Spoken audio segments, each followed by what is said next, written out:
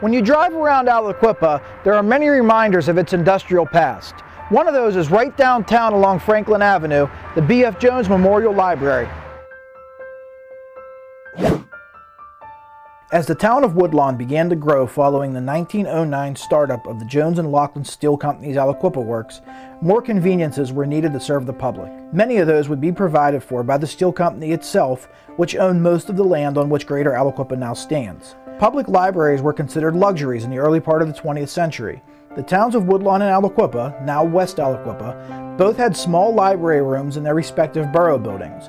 With limited resources and space, neither served the communities well. In 1927, Woodlawn had grown to become the larger of the two towns. With its population nearly doubling each year, the community was in need of a modern library facility. Mrs. Elizabeth McMaster Jones Horn, the daughter of J&L co-founder Benjamin Franklin Jones, decided to help fill that need.